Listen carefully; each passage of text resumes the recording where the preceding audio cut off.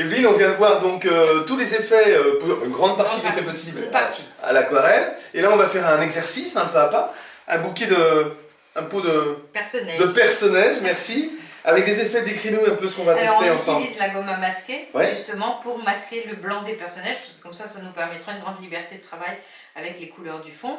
Et on va utiliser le sel pour faire ces auréoles. Et sur le pot, la bassine en zinc, on va utiliser le papier cellofrais. D'accord, c'est magnifique. Le papier plastique. Le résultat est superbe. Voilà. On va donc détailler le matériel, les couleurs que tu utilises, les pinceaux, etc. Et pas à pas, étape par étape. Et en téléchargement, le dessin que tu nous offres, le dessin d'origine, et puis le résultat final. D'accord. Ok, on y va. Allez, on y va. Donc là, l'esquisse est faite, Evelyne? Oui, rapidement. Non, parce que les fleurs, on peut en ajouter, on en met plus, on en met moins. Tout, c'est de suggérer les clochettes des personnages, qui seront préservées au drawing gum. D'accord. Donc, on les aménage et on essaye surtout d'en faire passer les unes derrière les autres pour que ça ait l'air naturel. Il y a des fleurs qui sont au premier plan et des fleurs qui sont au second plan. Ok, d'accord, très bien. Première étape alors? Le dessin. Et ensuite, je vais poser le drawing gum sur les clochettes pour les préserver. Donc, je vais mouiller mon pinceau, le tremper dans le produit vaisselle pour le préserver. Voilà. Et ensuite, je le trempe dans le drawing gum et je vais tout simplement protéger mes petites... Faire des aplats de drawing gum. Des aplats de drawing gum sur les clochettes des fleurs.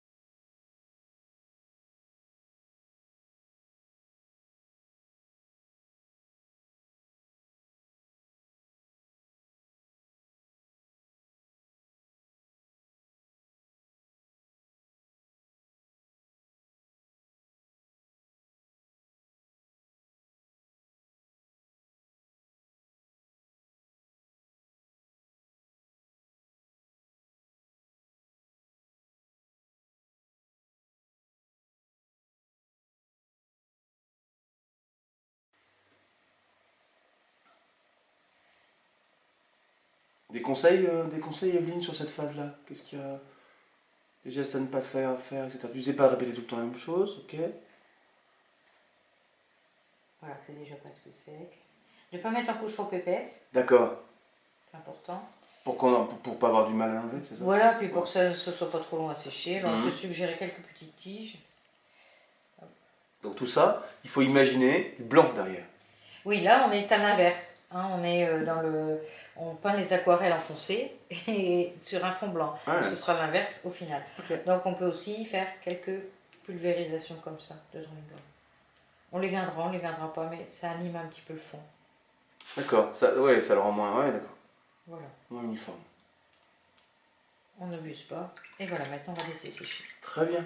Bon, Evelyne, l'étape classique, incontournable de la pose du ruban crêpe. Voilà. Alors là, on ne va pas travailler sur papier humide, donc on peut poser fixer sur une plaque de plexi. Qui va garder une certaine humidité dans le papier, mais je veux dire qu'on ne va pas mouiller le papier devant-derrière comme on pourrait le faire, ou tremper le papier dans une... C'est pas dans ce modèle-là, c'est pas la peine. Non, c'est une autre façon de travailler par la vie. On va mouiller. D'accord. Voilà. Ma plaque, elle est un petit peu juste, mais ça va. Là, le drawing gum est sec. Le drawing gum est sec, voilà. Voilà, ça me permet en même temps de rigidifier ma feuille. De pouvoir la bouger pour faire circuler les couleurs. Circuler les pigments. Voilà. Très bien. Donc je vais poser des couleurs sur ma palette. Alors, quelle couleur précisément? Alors, on va aller dans des couleurs simples, à l'économie de couleurs. Du green gold. Il y en a déjà sur ma palette, mais je vais en mettre un petit peu. Du green gold, voilà, pour travailler un petit peu dans les fleurs, pour travailler les feuillages, tout ça.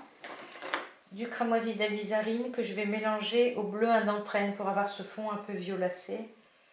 Alors le fait de mélanger du cramoisi d'alizarine avec du bleu, ça évite que quand il approche du jaune, ça se transforme trop en vert. D'accord. Alors, on réexplique là que dans la palette, l'emplacement de l'alizarine, tu le recharges et tu mélanges, tu les mets au milieu, toujours. Hein. Là, oui. Ouais, bon, sauf que le bleu d'entraîne, je lui ai pas prévu de place, donc il est là dans un petit coin.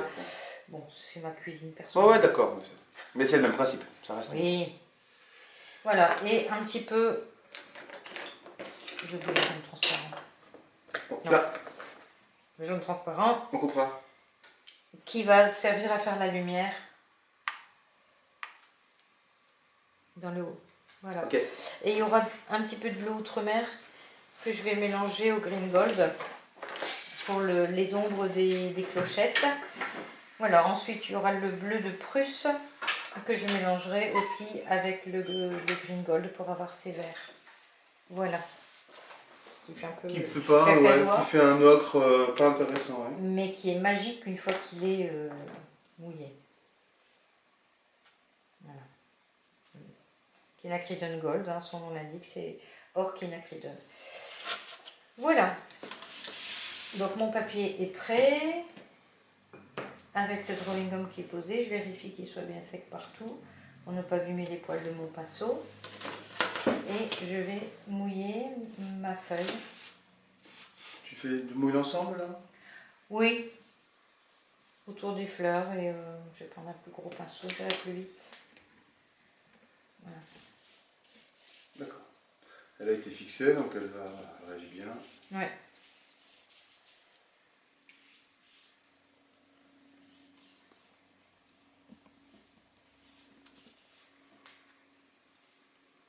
Bon, la neige, je vais mouiller avec parcimonie, la neige qui est dans le bas.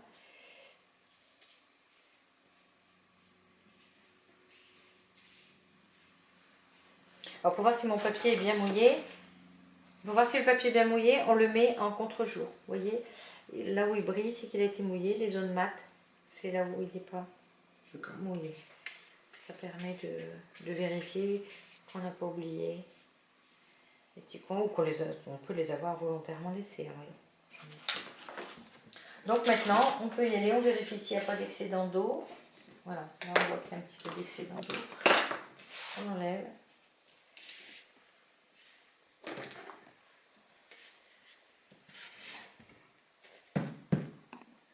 Voilà, l'excédent d'eau s'écoule.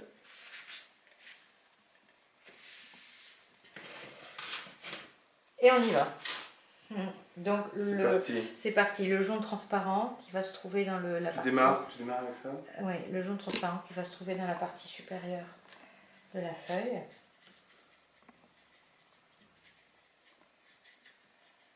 Donc on n'hésite pas à mettre du pigment parce qu'on sait que il va pâlir. Hein. Parce que là c'est flashy. C'est fort, hein? Ouais, c'est flashy. C'est flashy. Ça va s'estomper. Ça va s'estomper. Alors le bleu d'entraîne que je vais mélanger avec un petit peu de cramoisi d'alizarine. D'accord.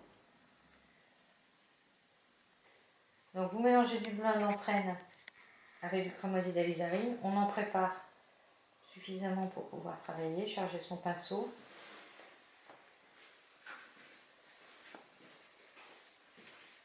Et la tonalité du dessin, du tableau qui arrive. Voilà.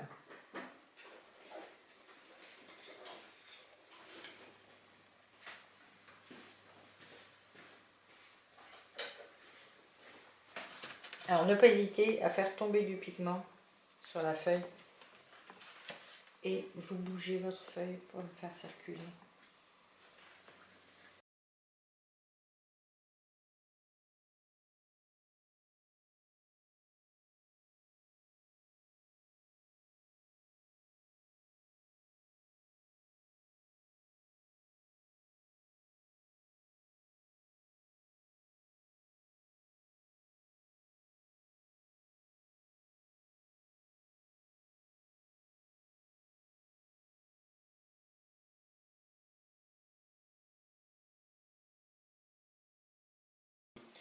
Pour le feuillage, vous tenez le pinceau par le bout pour garder une certaine légèreté. On reviendra travailler dessus tout à l'heure. D'accord, là tu donnes la forme générale. Voilà.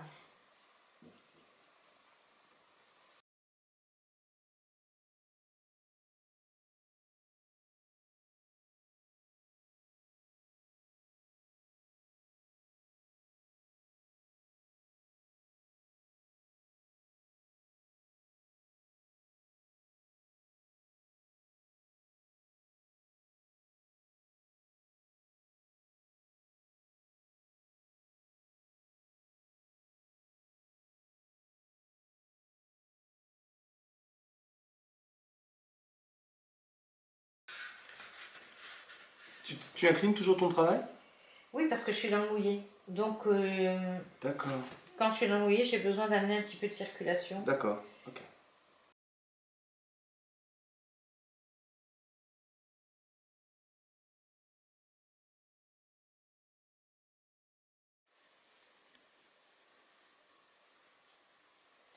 Alors, je n'hésite pas à mettre du pigment parce que lui, je vais le travailler avec le film.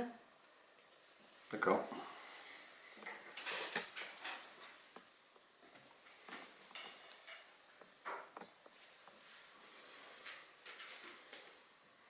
Voilà, je me mélange avec un peu de garance brune.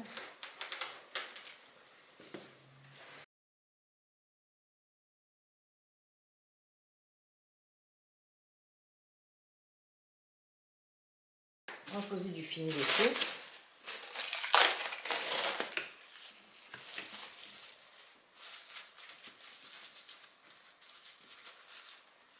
Et hop là.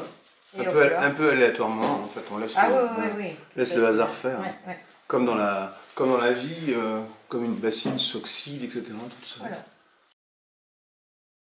Et ça gondole toujours le papier comme ça? Il va sécher. Donc ça ne t'empêche pas de travailler. travailler? Il va se retendre en séchant. Ça ne gêne pas? Non, pour l'instant ça ne me gêne pas. Par contre, il est temps de mettre du sel si je veux avoir des auréoles un petit peu.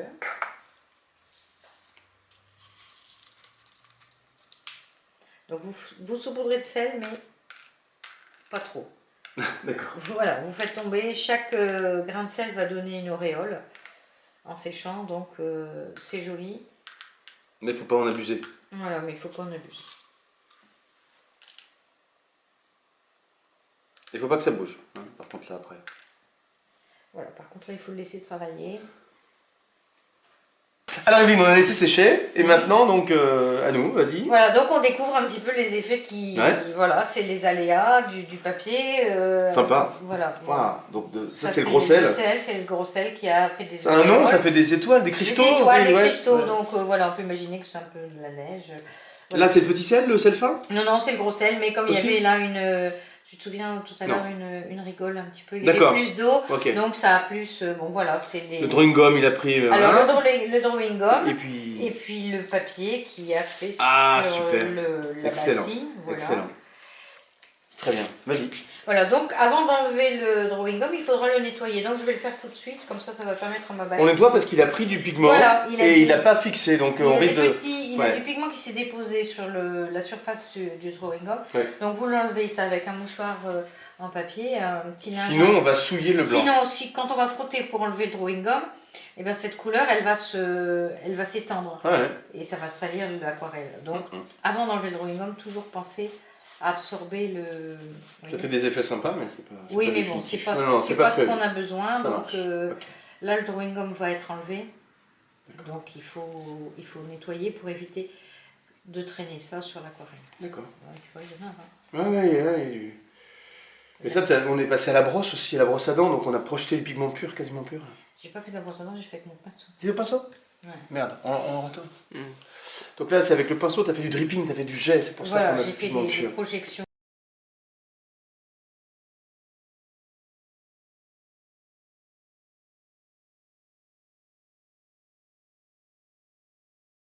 Ouais, mais là, il y a des grandes surfaces, donc on risque... c'est intéressant de garder le blanc quand même. Voilà, on risque de salir quand on va enlever le drawing gum. Voilà, comme ça va le temps de sécher. Je vais pas enlever le drawing gum tout de suite. Ah bon? Non, je vais travailler un petit peu dans le feuillage. Là, on a fait le fond. D'accord, tu finis le feuillage avant de revenir révéler les fleurs. Voilà, et je reviendrai en cours de route travailler mes feuilles à la fin. Okay. Vous allez restructurer maintenant un petit peu la bassine. Là, on a tout en vrac un petit peu. D'accord. Donc, on va essayer de redonner un petit peu de forme. On a toutes les formes qui sont posées, en fait, pour l'instant. Voilà, c'est ça. Donc, on a les manches, les anses de la bassine. Qui étaient juste... qui attendaient, peut-être là. Voilà. Hop.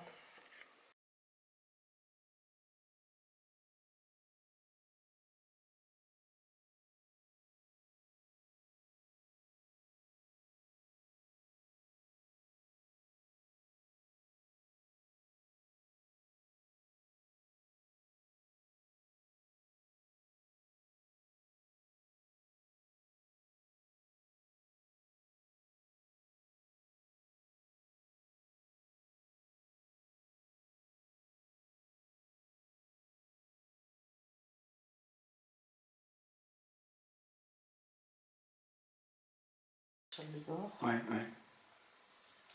Je vais un petit peu éclairer le dessus.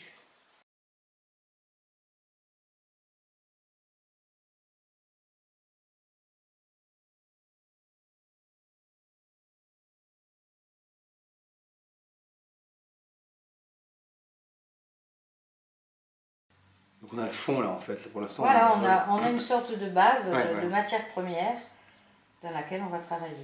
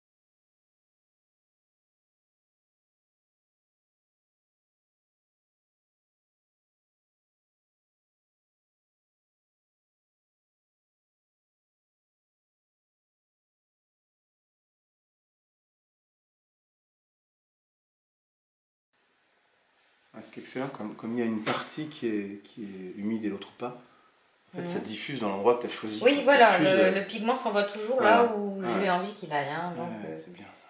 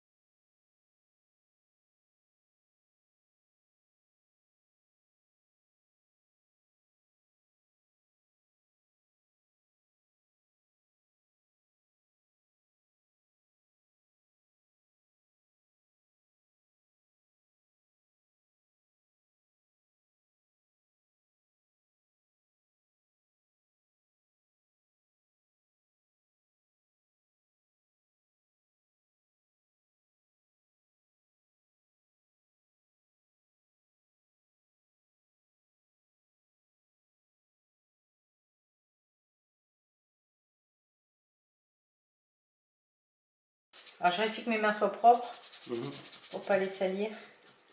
Alors on y va doucement, on fait un petit rouleau. Et si on peut... Non, on peut pas. Non, on peut pas. J'ai fait trop fin.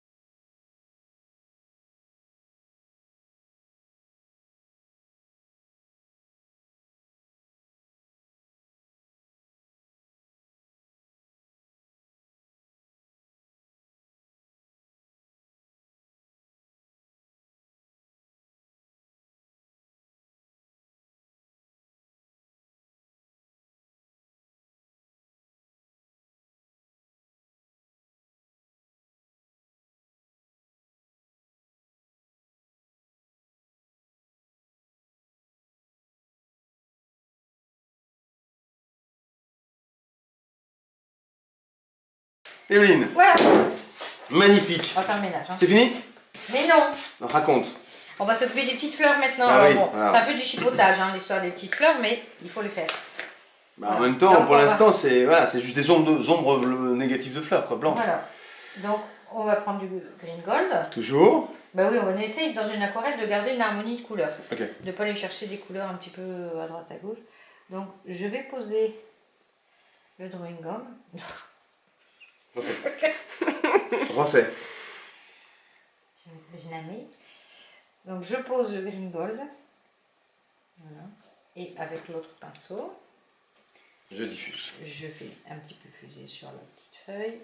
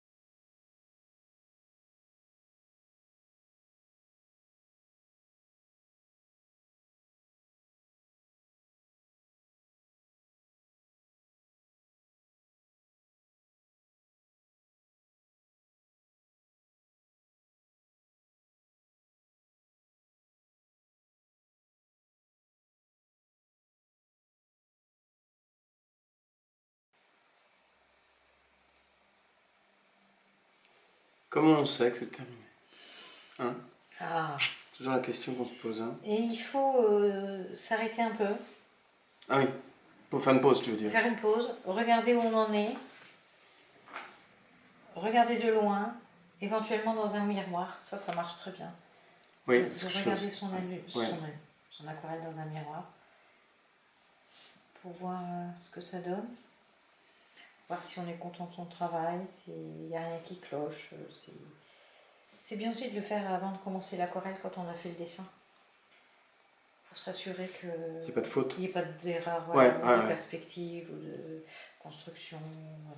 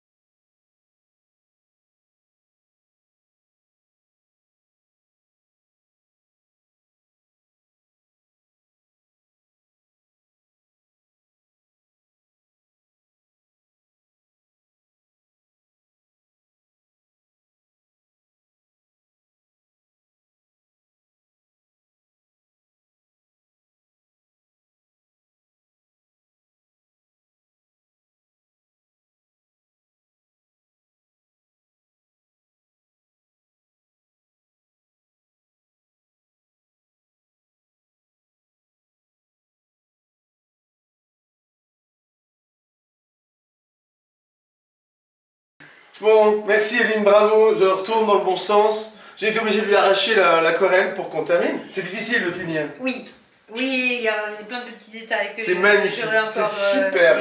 Le cadrage est excellent, l'univers, la lumière, waouh. Et puis ces fleurs, on a l'impression qu'on va les faire bouger en plus. Alors, t'as le droit d'enlever le scotch. On va faire, d'accord. On va le faire en vidéo. Dans tous les cas, vous allez avoir en téléchargement le résultat final pour vous aider, le dessin initial d'Evelyne, et puis en boucle, tous tes conseils et toute la vidéo en pas à pas que tu nous as fait. Voilà.